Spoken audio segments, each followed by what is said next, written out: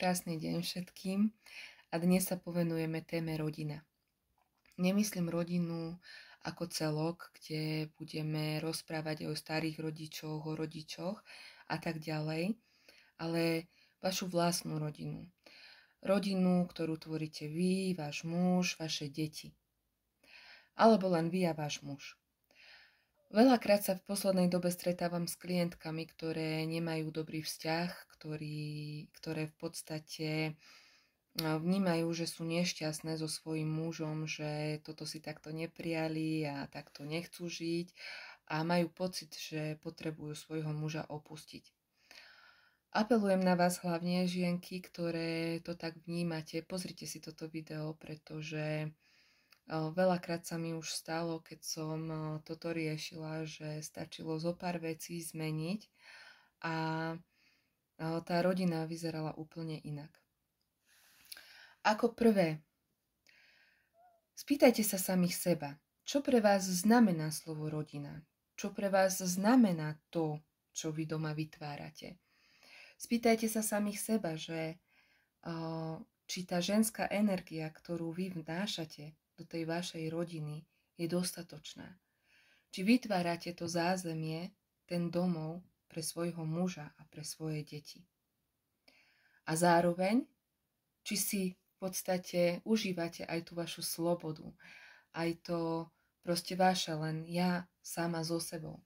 A či to doprejete aj vášmu mužovi. Toto sú základné otázky, ktoré by si mala položiť každá žena.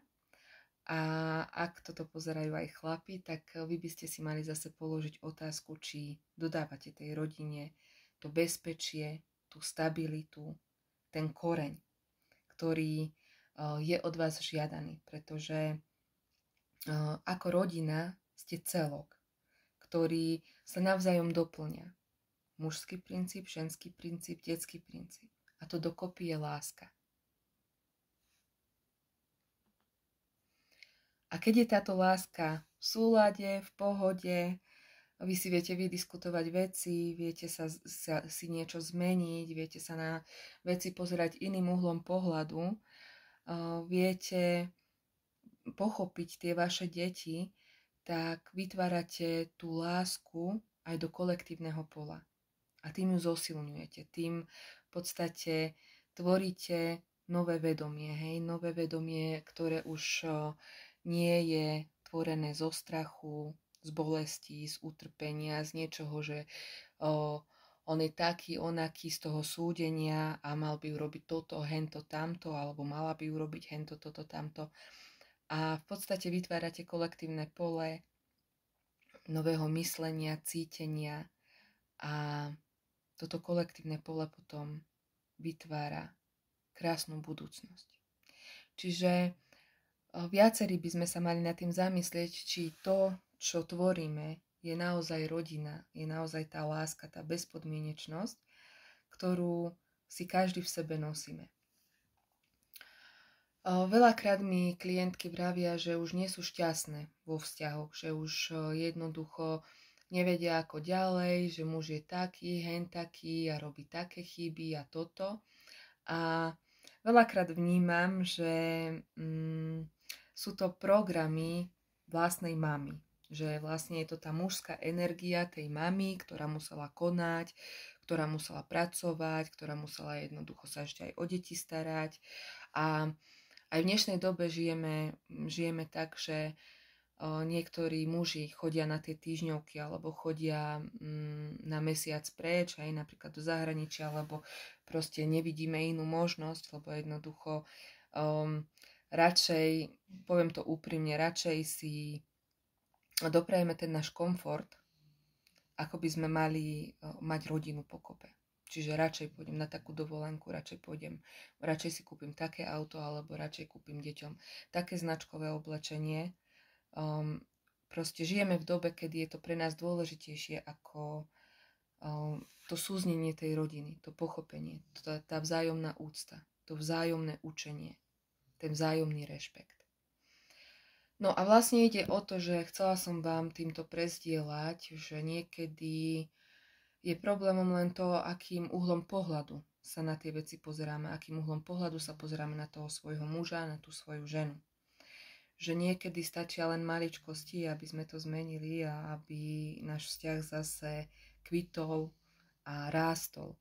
Pretože každý vzťah je ako kvetinka. Či už vzťah s deťmi, alebo vzťah s tým partnerom. Buď ho polievate, rozprávate sa s ním, proste robíte všetko preto, aby rástol a rozkvital, alebo tým, že dávate tam tú negativitu, tú vašu nespokojnosť, v podstate tie vaše vzorce, lebo ten partner vám len zrkadlí to, čo vy nemáte v poriadku v tom vašom princípe, pretože vy v sebe máte aj ten mužský, aj ten ženský princíp. A keď nie je vyrovnaný, tak samozrejme, že si do života pritiahnete partnera, ktorý vám to zrkadlí, pretože vždy si pritiahneme niečo, čo nám chýba, čo nemáme spracované. No, ale veľakrát sa stretávam s tým, že buď ženy alebo muži povedia, takto ja nechcem žiť. Ja nechcem žiť ako moji rodičia. Ja som si pritiahla túto partnerku len skrz mojich podvedomých vzorcov a teraz je čas, už mám tie vzorce spracované a teraz je čas rozísť sa a odísť. Ale vy v tom svojom vnútri zabúdate, že vy ste si toho človeka vybrali z lásky. Že vy ste sa do toho človeka zalúbili. Že vy ste proste mali pri ňom to srdce kedysi otvorené, že ten človek vám niečo dával, čo vám robilo radosť, čo vám ukazovalo tú slobodu, ten pocit zalúbenosti, to celé.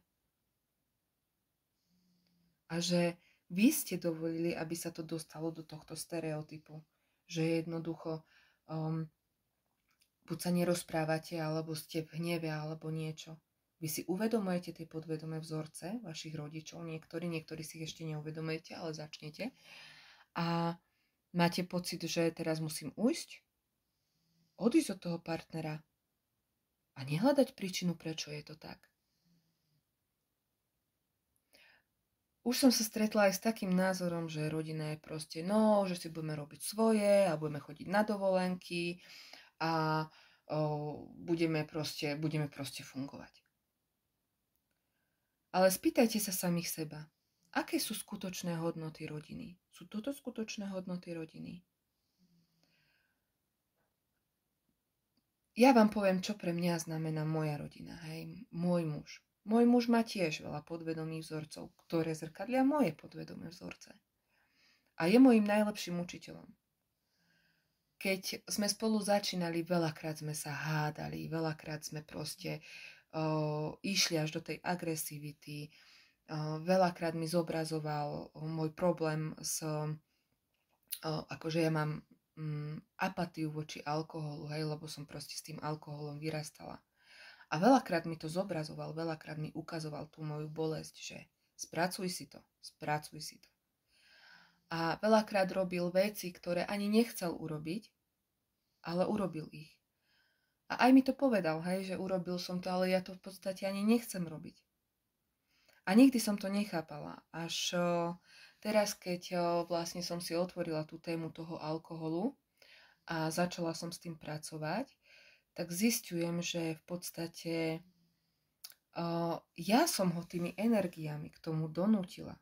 Že jednoducho ja som vysielala nejaké energie, že piješ, alebo že sa mi to nepáči, alebo že neznášam to, proste nenávidím ten pach z tých tvojich úst a neviem čo. A furt som si to dookola programovala a furt dookola som to tvorila. Skúste sa zamyslieť nad tým, či už ste muž alebo žena. Čo rozvíjate v tom vašom vzťahu? Na čo presne myslíte, čo ten partner robí? Prevláda tam to pozitívne alebo to negatívne? A skúste sa pozrieť spätne pol roka dozadu, čo ste si mysleli a či sa to náhodou teraz nedieje. Lebo niekedy ten partner ani nechce robiť zle, ale vy ho tým, na čo myslíte a čo cítite, tou energiou ho k tomu donútite. To je presne ako keď idete do obchodu, ja toto veľmi rada rozprávam. Prídete veselí, dobrý deň, krásny deň, chcem toto kúpiť, toto si vezmem. A pani predavačka je k vám milá, úžasná, ešte vám poradí, ešte vám povie, toto je lacnejšie, toto tamto. Alebo na úrade, to je jedno, kam idete. Pretože ste na nich preniesli tú energiu. A to robíte aj v partnerskom vzťahu. Čiže vy keď aj napríklad ujdete od tej partnerky alebo partnera, vám príde znova do života taký človek. Lebo v podstate vy ste ten problém nevyriešili. Len ste ho ako keby odsunuli. A on príde znova, lebo tá energia príde. A to si buďte istá, alebo istý. V inej partnerke. V iných okolnostiach. Lebo toto je proste niečo, čo sa deje ako pri jednotlivcovi, deje sa to aj v tom kolektívnom poli.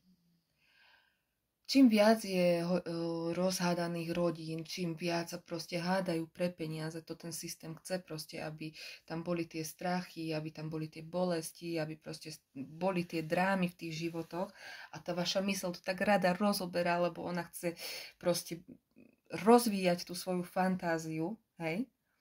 Ale rozvíjajú tým smerom, ktorým vy nechcete, lebo to robíte podvedome, hej? A presne toto sa deje ako u toho jednotlivca, tak aj v tom kolektívnom poli. Čiže čím viac ľudí, tým viac energií.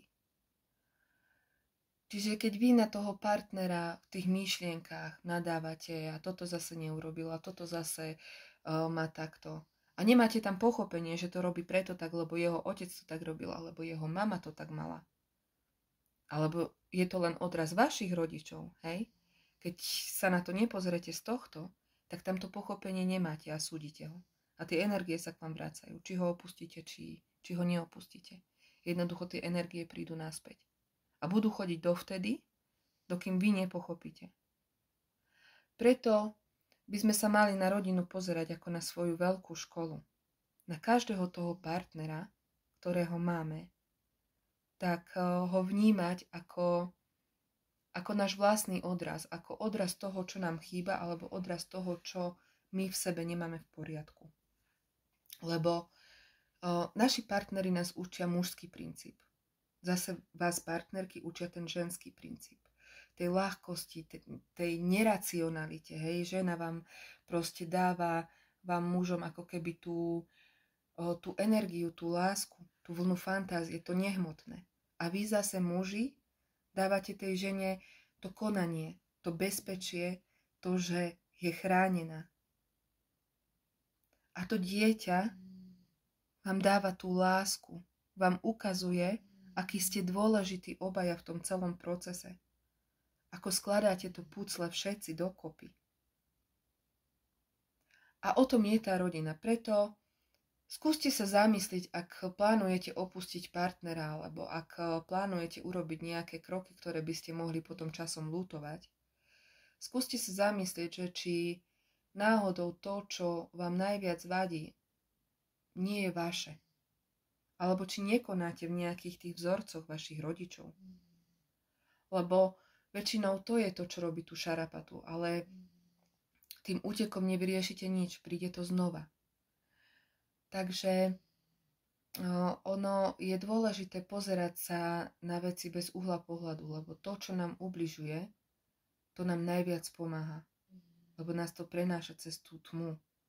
A tým, že si to medzi sebou riešite v tej rodine, že sa učíte tej komunikácii, že jednoducho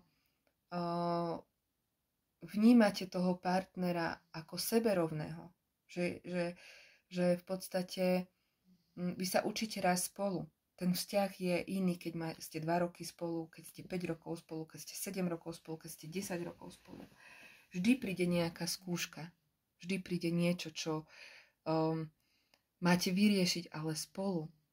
Pretože vy, keď ten vzťah rozvíjate a staráte sa oň, ako sa staráte o tie svoje deti, tak sa vám nemôže nič stať. Tak nemôže sa stať, že jednoducho sa rozídete, že jednoducho prídu okamihy, kedy budete potrebovať jeden druhého. Na to ste tu, aby ste sa to vzájomne učili. Aby ste sa učili, že keď je ten partner v tej bolesti, tak ste tu pri ňom a pomáhate mu s tým. A zase naopak. to je niečo, čo naša generácia moc nepozná, pretože naši rodičia tak nefungovali, lebo oni fungovali už na toho autopilota, hej, to, že proste otec zarábal, hej, ale aj teraz to je v podstate tak. Mama sa starala o domácnosť, ešte chodila do roboty popri tom a na tej deti nezvyšil ten čas. Vyrastala väčšina z nás takto, väčšina z nás proste trpela tým nedostatkom pozornosti. A preto ako keby by sme mali si uvedomiť, že aj tí partneri tým trpeli. A jednoducho je len na nás, že či si budeme tú pozornosť venovať, či budeme pestovať tie hodnoty tej lásky, tej súdržnosti, toho súcitu, toho proste pochopenia, čo sa nám deje, alebo jednoducho budeme mať tie hodnoty, nám ostanú, ktoré máme, ale nikdy nebudeme šťastní celkom. Nikdy tu nebude tá sloboda, ten pocit bezpečia a to celé, čo potrebujeme, ako aj vo svojom vlastnom živote, tak aj v kolektívnom poli. My všetci sme rodina. Celé ľudstvo je rodina. Všetci sme poprepájaní. Každý človek, ktorý vám príde do života, vám niečo uzdraví, niečo ukáže, niečo vám dá. Pretože keď vám niečo chýba, ale niečo vám nerezonuje na tom človeku, to znamená, že on má niečo, čo vy práve potrebujete riešiť. A zase naopak, keď ten človek s vami súznie, alebo ste radi, že ste s ním, že tá prítomnosť, že je s vami, tak má tiež niečo, čo vy v sebe ešte nemáte otvorené z tých pozitívnych energií, čo vám chýba, čo vám doplňa k tomu pocitu čo vás doplňa k tomu pocitu šťastia. A on vám má ako keby len ukázať, že toto si ty, toto máš tiež v sebe, otvor si to. Takže nevylúčujte ľudí zo svojho života. A starajte sa o svoje rodiny. Starajte sa o svojho muža a učte ho, ako sa má starať o vás. A zase naopak, muži, učte sa, ako sa starať o svoje ženy. Pýtajte sa, čo potrebuješ, čo by si mala rada, čo by si priala. A zase vy sa spýtajte, prečo sa to deje, prečo to robíš? Alebo prečo, ja neviem, máš také reakcie alebo niečo. Proste komunikujte spolu. Všetko je to o tej komunikácii. Veľa z nás má uzavreté to srdce, nevie ani len vyjadriť to, čo cíti.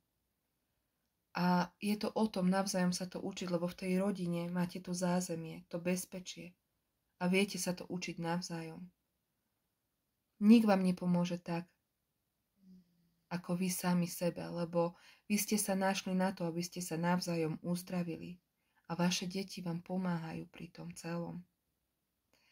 Takže toľko som chcela ku tej rodine a prajem vám krásny deň. Dúfam, že vám to video dá veľa. Keď budete mať chuť, prezdieľajte, lajknite a na budúce si dáme zase takú inú tému. Tak krásny deň, majte sa krásne.